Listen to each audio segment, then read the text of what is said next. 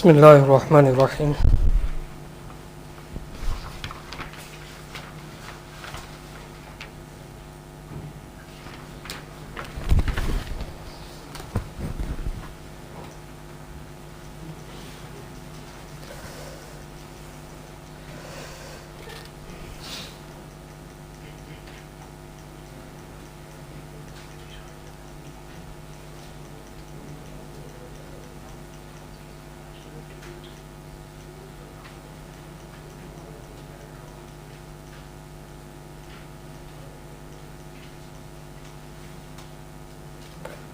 Okay, this is where we stopped yesterday.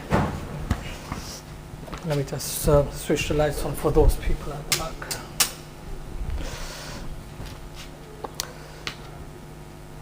That the general rule or misconception was that every female gets half of the male, and I demonstrated to you yesterday that those are in very few and rare circumstances where the male gets double that of the female, and then in certain circumstances the female, if they are not with their male sibling, can end up getting more than the male if they were alone without the daughter, without their female sibling.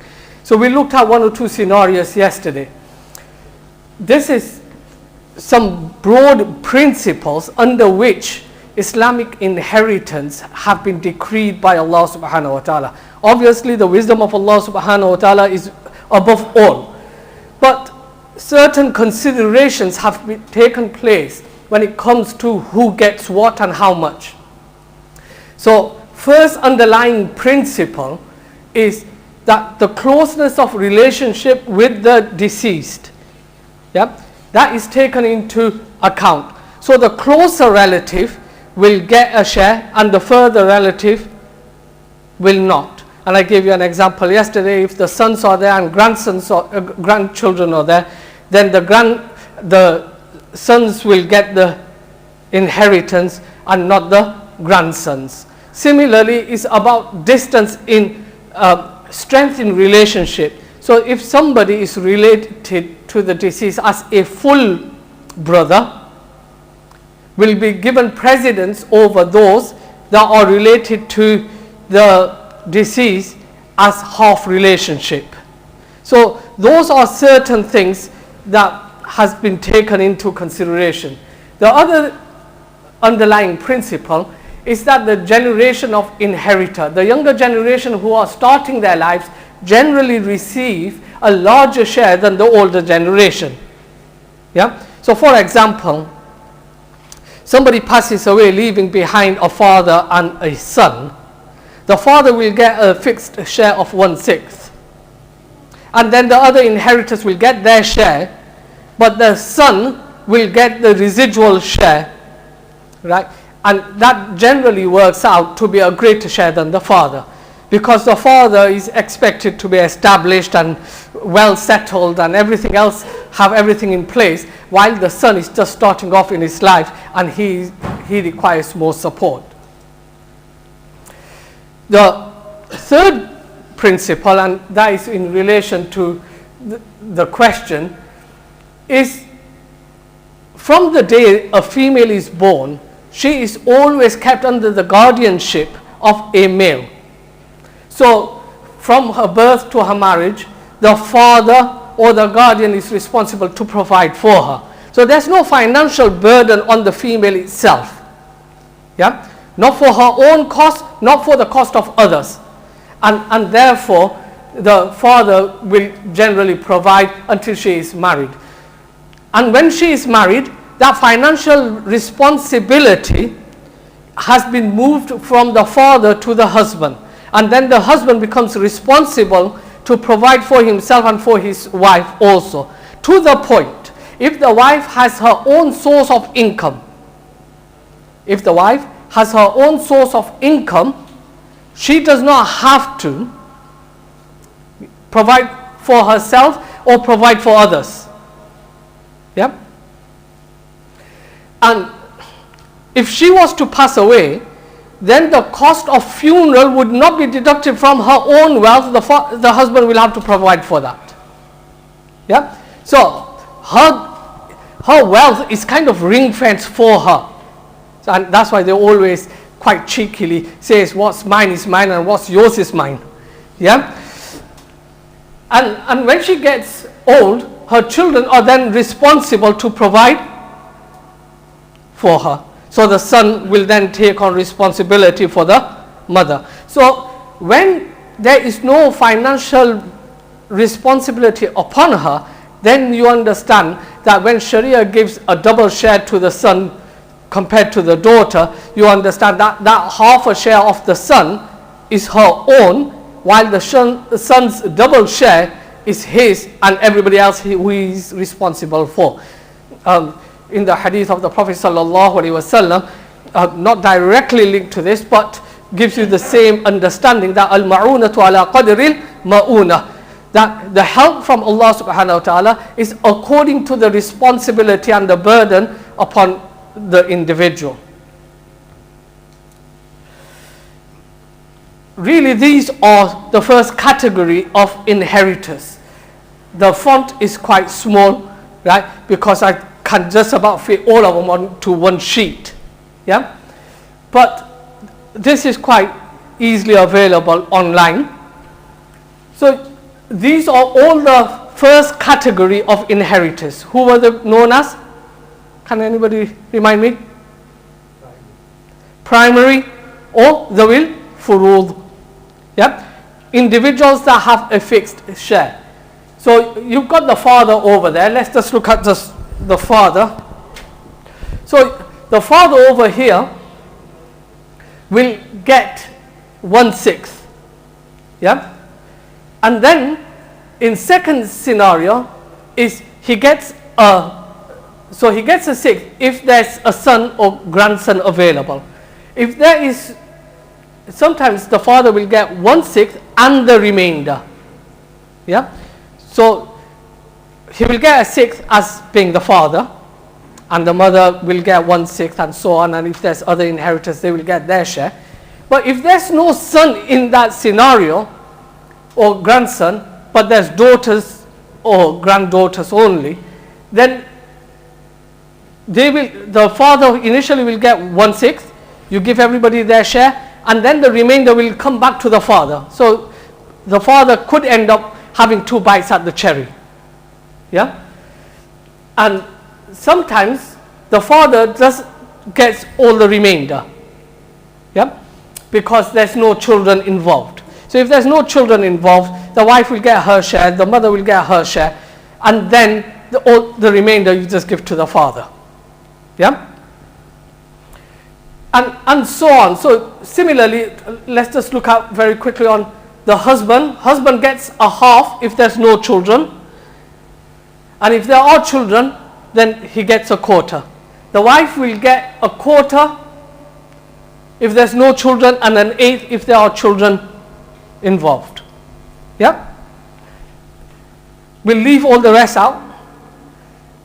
I also mentioned yesterday about the second category of inheritors, the residuary or the asabat.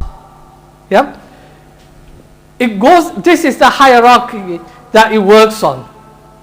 So the son is not from the primary, and I mentioned to you yesterday, son is the only one in the second category that will always get a share. Yeah? So if the son is there, the grandson won't get anything. Yeah? The father will only get his primary share, not the second bite at the cherry, because the son is there, son will take that. Yeah? And you work down. So it's about son, grandson, father, grandfather, then you got brothers and brothers' children, and then you got kaka or mota and their children. Yeah? So it goes in 4 directions. But this is a hierarchical structure for the residuary inheritors. Okay. We're now just going to look at some very quick 1 or 2 examples, and as I said that we will inshallah wrap up today. So Abdullah passes away and leaves behind a wife, 2 sons and 2 daughters. Yeah? A common kind of a theme that generally happens, because between the husband and the wife, yeah, the national statistics say the husband goes first. Yeah? There may be some reason behind it, but generally the husband goes first. Yeah? So wife and not always, Yakumama. Yeah? But as I said, national statistics are that the husband goes first and then the wife. So I've taken that example based on national statistics. So wife, 2 sons, 2 daughters. The wife will get an 1/8. Why? Why will the wife get an 1/8? I've just mentioned. Children. Yeah? So sons and daughters are there, children are there. So the wife is going to get an 1/8 and not a quarter. Her maximum is a quarter and her minimum is an 1/8. So in this case, she gets a minimum of an 1/8. And then the sons and the daughters, they will share the remainder on 2-to-1 ratio. Yeah? So the sons get double and the daughters will get half of the sons. So whatever is remaining, you will then divide that. So 2 sons, you make those into 4, and 2 daughters, so 6. So whatever you got remaining, you make that into 6 equal portion, give 1 each to the daughters and 2 shares to the son. In this scenario, similar again, but this time you've got parents. This time you've got parents. The father gets 1/6 because there are children. Mother gets a 1/6. The wife gets an 1/8. And then the sons and the daughters will share the remaining. Yeah? So every time you're giving all the primary shares away. Yeah? Once you've given everybody their primary shares, so the father, mother, the wife got their primary shares, then whatever is remaining, you then give that to the sons and the daughters as the residuary over here. Yeah? The way that generally, you could just do this on calculators by just take a 6,000, 8,000 or something like that. The other way of working out on fraction is you then make it into a common denominator, and the common denominator over here, because you got 6 and 8, yeah, the common denominator is going to be 24. Yeah, so 4/24 will go to the father and the mother. The wife will get 3/24, and then when you've got 4, 4 and 3 taken out, you've got 11 taken out, you got how much left? 13. 13 will then be given between the 6 shares. Yeah? So that's how you normally work it out. Okay. Slight variation. Abdullah again passes away, leaves behind wife, no father, so left a mother, no sons and daughters. Yeah, got 2 brothers and 1 sister. Yeah, these are the situations generally people disregard. When a person passes away, the wife, and if the daughter, yeah, I've made a mistake, haven't I? Yeah, it's fine. Just ignore that, this bullet point. Yeah, I've written sons and daughters rather than brothers and sisters. Yeah, but generally what happens when somebody passes away and they leave behind wife, say even a daughter, no sons, no parents, or I mean no father, left mother, the mother will get her share. The wife and then the daughter, they just take the rest. Yeah, this is generally what happens. But what would happen if there's a couple and they don't have any children? Yeah, and Abdullah has passed away, leaving behind just a wife, a mother. So the mother will get how much? A sixth. And the wife will get, there's no children, a quarter, generally a quarter. But because there's another rule we haven't covered, yeah, if you've got siblings, the deceased has got siblings, that also reduces the share of the, no, it doesn't reduce the share of, reduces the share of the mother. Mother can sometimes get a third, but reduces that. So we've given mother the sixth, wife a quarter. Yeah, this is my mistake because I've written an eighth because of sons and daughters, not looking over there. Yeah, then the brothers and the sisters will now get a share. This is where the wife finds it really difficult. Yeah, the wife gets her share, but why is it going to the brothers and sisters? Yeah, but if there are no sons, and so nothing below and nothing above, father, grandfather, then it goes to the side, and on the side you've got brothers and sisters. So the brothers and sisters will now get that remaining share. Yeah, so please just ignore the last bullet point, that's wrong. Does that make sense? This is one from the class whiteboard that I just kind of picked up. Yesterday I mentioned about step children, and I just wanted to bring this one up. So first, Zayd and Zahra were married and they had children, Abdullah and Abida. And over here you had Bakr and Barira that were married, and you had Muhammad and Maymuna as their children. Right? Then they were divorced. Then Bakr got married to Zahra. Yeah? So Bakr got married to Zahra. And then Bakr passes away. Zahra, being the wife, she will get a share. Yeah? And Bakr had children, didn't he? So the wife will get how much? 1/8. Yeah? Now, obviously Zahra brought her children along and Bakr brought his children along. They are all living as one family. Yeah? Now Muhammad and Maymuna are his children. So they will get their residuary shares.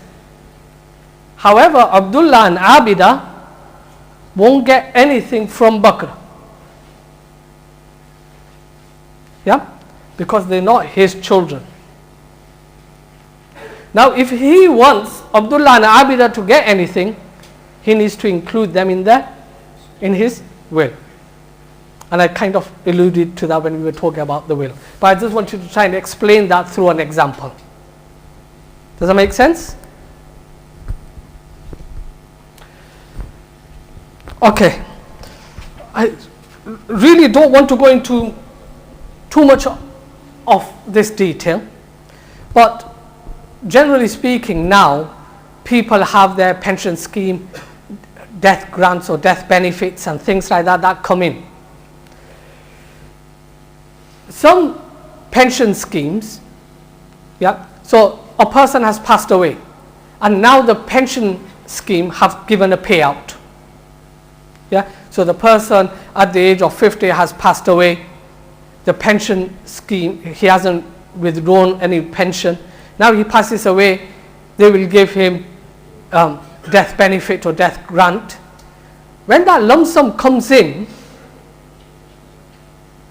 yeah, does that form part of the deceased's estate and distributed or not? You get the question? So if that happens, then that death benefit will only go to the named beneficiary. Yeah, whoever. If you've named your wife Shoaib, then it goes to the wife. Yeah, if you've named, children, then it goes to the children. Whoever you have named, it goes as a gift to that person and doesn't form part of the estate to be distributed. So those people that are on pension scheme, go onto the portal. You have an option to change those beneficiary and nominate who you want. You can have more than one. Just check, is that the right person you want that money to go to? Yeah, so just look at that. Obviously, if you haven't nominated anybody, then it will generally go to the spouse, and if there's then from spouse, if there's no spouse, it goes to other next of kin. Similarly, on pension, yeah, you've made contribution. Now, this is slightly tricky, so I don't want to go into detail for it. Somebody's been contributing into a pension pot.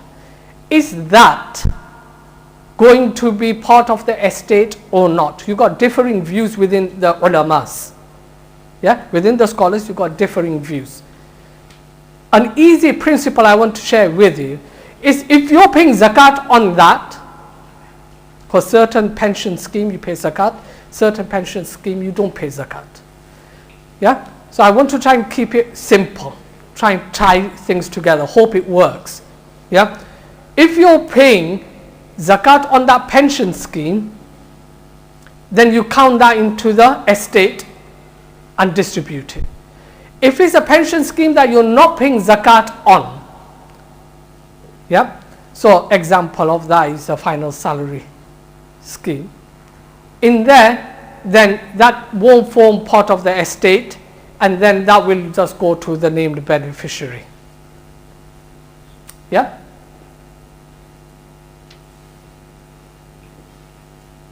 Anything else on this slide? I've just added that you might just want to seek advice on Islamic and tax benefits. Yeah? So get in touch with an accountant for that. Okay, do you know over here, we looked at the primary heirs and secondary or residuary heirs. These are some online Islamic inheritance calculators. Yeah, just go on there and just test it out. I do give this with a word of caution. Yeah, because firstly, the first one is a better link. Yeah, because it does give you the option of putting down, if it's a Hanafi school of thought or Shafi school of thought and things like that, you are able to go through that, and that one is a bit more, or I think I would say is quite accurate when it comes to looking at it from a Hanafi point of view. The second one is much easier to use. Yeah, however, it comes with some caution. So certain scenarios, especially when grandparents and brothers and them gets involved, it doesn't give you an accurate picture. But generally, for just to get an understanding of it, especially when you're looking at immediate family, then both these links are good enough. I think I've got a link open.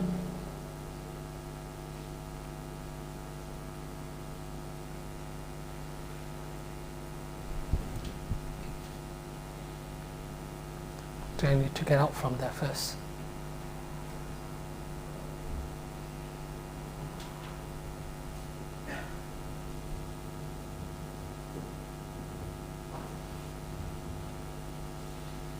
Should it just come on?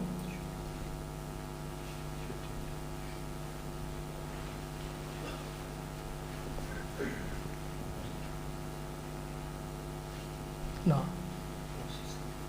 Doesn't like it. Let me just pull this on.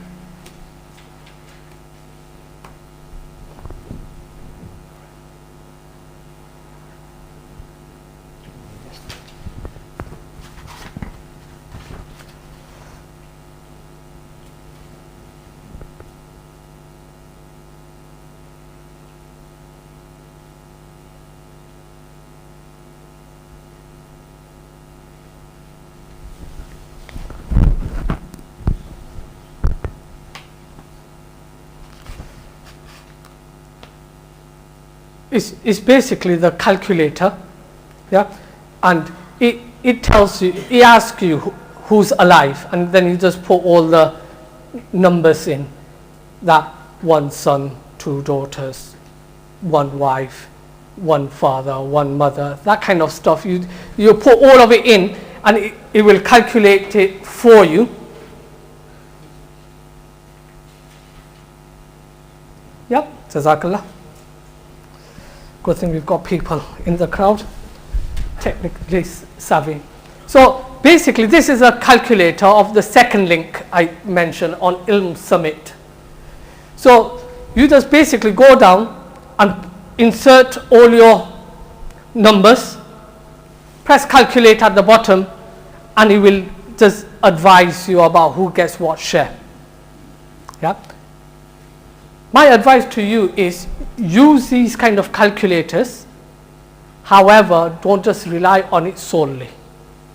Have it double checked by a scholar. Yeah, because in class when I've asked the students to use it, there are certain scenarios that don't work out properly according to our fiqh. Yeah, generally it works, but there will be that rare occasion that it doesn't work. So always just make sure that you've added everybody in, and then it'll calculate the share for you. Then just print that off and take it to a scholar. Say, can you just check this? They may just have some additional questions just to clarify things, and hopefully, you know, this should give you, both these calculators give you enough understanding of who's going to get what. Any questions on this so far?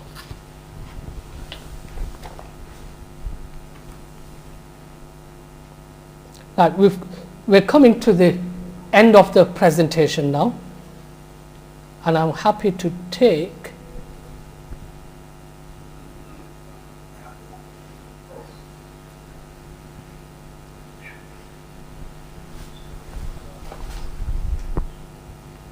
any questions. Any questions in relation to what we've covered? Oh, yesterday you mentioned accidental death scenario. Say, argument sake, because when and wife are traveling in a car, you have an accident, husband's driving, the wife passes away. Does that also apply?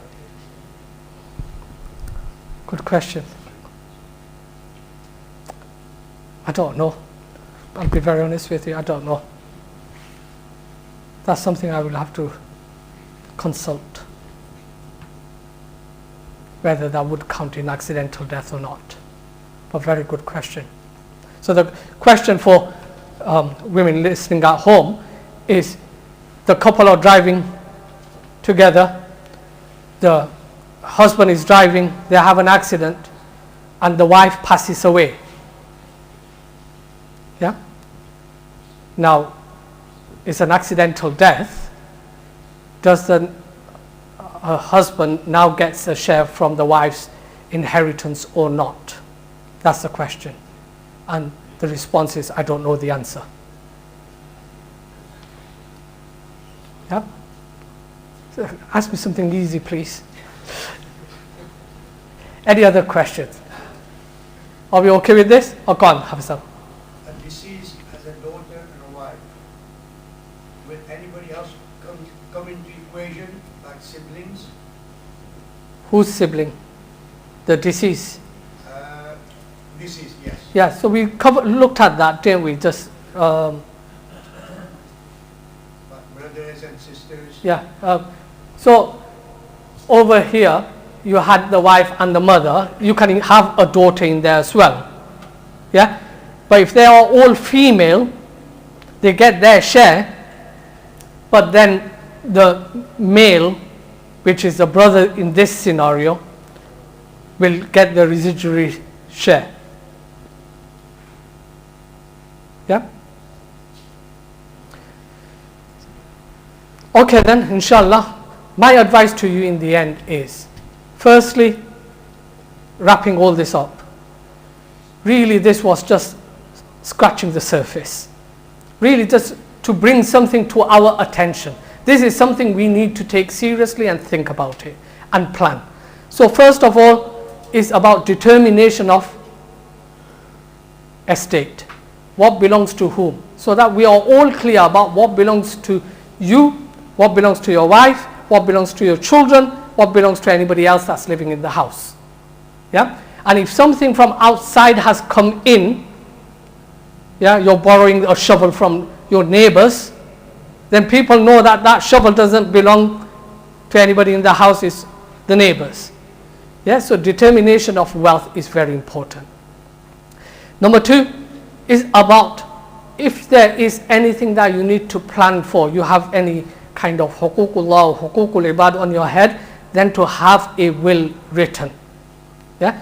It is always to have it all written. As I said, it's not a requirement, verbal can do, as long as there are witnesses. But even then, the words of the hadith is maktubun indahu or maktubun inda ra'si. It's written. So then there is no dispute. Yeah? So have a will. Even if you don't have any huququllah or huququl ibad on your head, it is still better to have, it is sunnah and mustahab to have a will written. Yeah? And keep it there. Seek advice about any kind of gift that you want to gift out. Many people accidentally make those mistakes, as I said, that, you know, this house will belong to this person, and they think they are doing all Islamically.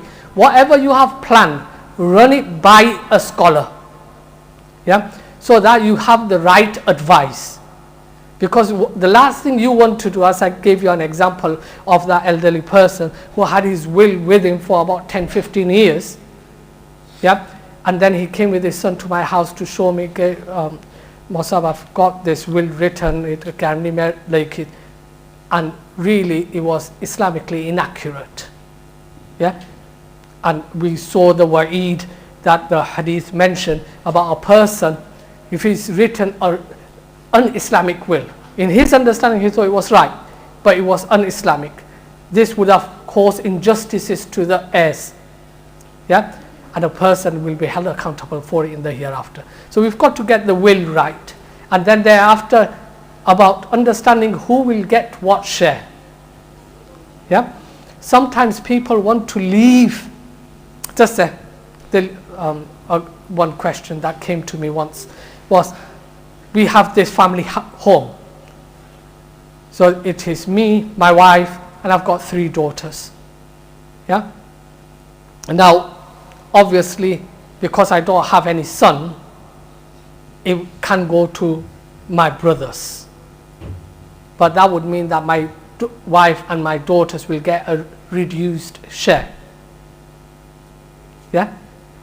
Reduced in the sense that they don't get all of it. Not that they get a reduced share, but they get their determined share, but they don't get all of it. So how can I work around this? Yeah? I want to give something to my daughters in my lifetime, but that would mean I've got to vacate the house. Yeah? And if you don't vacate the house, and you're all living as a family, can I give 10% of my house while we're all living in it to my daughters and to my wife? And you can't, because your people are already living in it, and it isn't something that when you gift that 10% of the house that they can put in their bag and walk off with it. Yeah? It can't be distributed until it is liquidated, and then. So how do you square this circle kind of thing? So rather than gifting it, you can go around by selling it for £1. So you can sell 10% of your house for £1 to your daughter. So you can't gift it, but you can sell it. So there are certain ways of working around those situations.